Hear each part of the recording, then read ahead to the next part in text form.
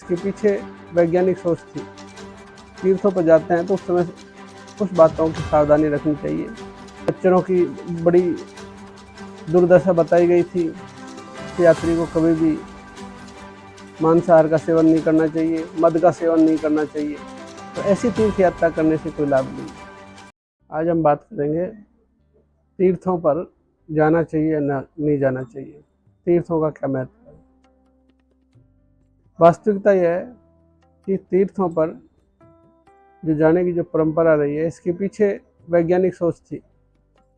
तीर्थों पर जाने से व्यक्ति की मनोवृत्ति बदलती है, वह अपने प्रति अवेयर हो जाता है, अपने भावना के प्रति अवेयर हो जाता है, अपने मन को निर्मल रखने का प्रयास करता है। और पहले जितने भी तीर्थ थे सब दुर्गम स्थानों पर थे, इसलिए जाने का बहुत लाभ होता था। एक एक महीने की यात्राओं पर निकलते थे, पैदल चलते थे, खाना भी शुद्ध रखते थे, तो उससे मनोवृत्ति बदल जाती थी। आजकल क्या हो रहा है कि सारे जो तीर्थ स्थल हैं सभी सुविधाओं से युक्त हो गए हैं, ज़्यादातर स्थानों पर सड़क पहुंच गई है, तो अब हर जगह पर मोबाइल साथ में लेकर के जा रहे हैं, तो उसका जो मनोवैज्ञानिक जो लाभ है वो उतना नहीं हो पाता जो पहले होता था।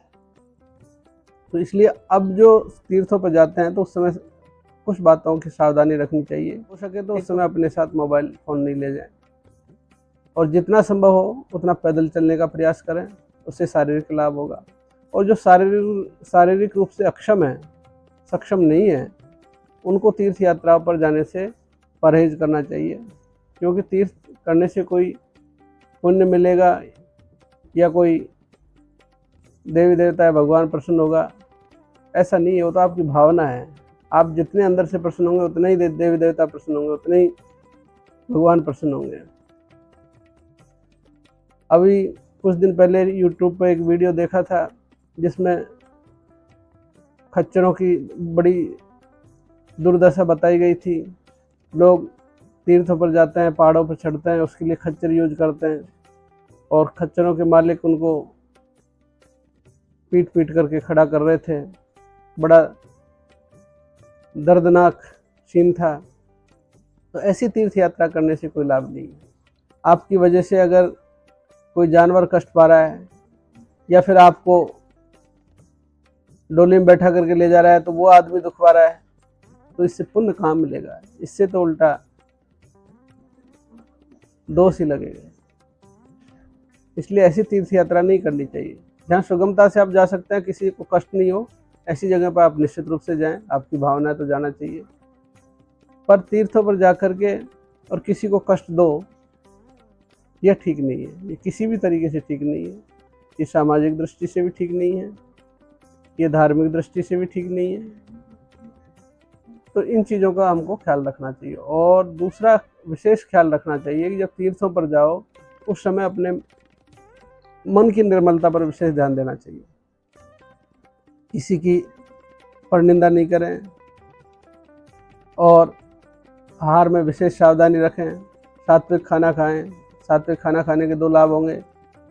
एक तो शरीर स्वस्थ रहेगा, फूड पॉइजनिंग के चांस नहीं होंगे, और तीसरा आपकी भावना निर्मल रहेगी।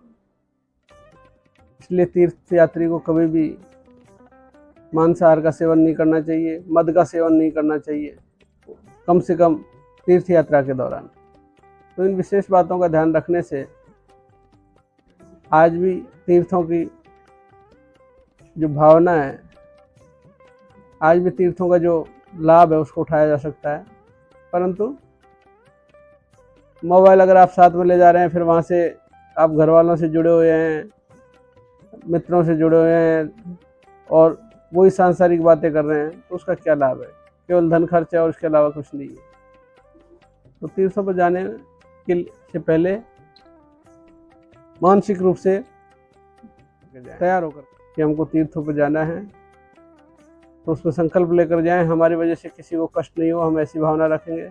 ऐसा कोई काम नहीं करेंगे जिससे किसी को कष्ट हो। हमारे हार व्यवहार में हम शुद्धता रखेंगे, हमारे आचरण में शुद्धता रखेंगे, तो ही लाभ हो सकता है। और फिर कई लोगों को मैंने ये भी देखा है कि तीर्थों पे जाते हैं और फिर वहाँ के पंडे पुजारी को गाली देते हुए आते हैं कि वहाँ पर बड़ी लूट खसोट है, पंडे ने ये किया, पुजारी ने ये किया।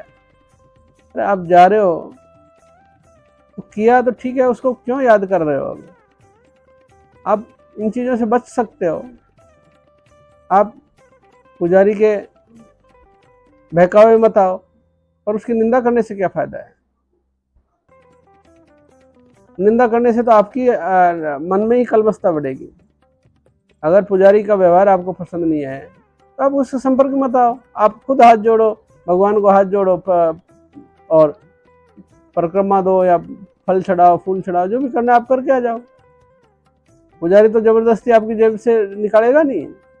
आप उसकी बात में आओगे तभी वो आपको फंसाएगा।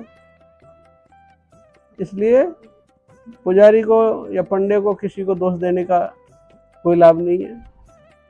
आप स्वयं को सावधान रखें, स्वयं को अवेयर रखें। आप भगवान से मिलने जा रहे हो या पुजारी से मिलने जा रहे हो? तो भगवान के दर्शन करने जा रहे हो, दर्शन करो और अपने वापस घर पर आ जाओ। कोई क्या कर रहा है उसकी निंदा करने से आपको क्या लाभ है?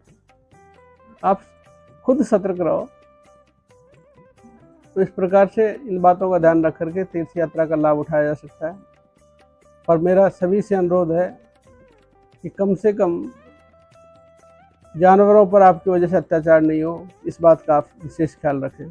जानवर तो बेचारे निरीह ही हैं, रोजी रोटी के लिए उनको मालिक निर्दयता से यूज कर ही रहे हैं, पर आप उसके अनावश्यक रूप से भागीदार बन जा रहे हैं, क्योंकि आपकी वजह से मालिक उस पर अत्याचार कर रहा है, जानवर पर। तो इस चीज़ का विशेष ध्यान रखें।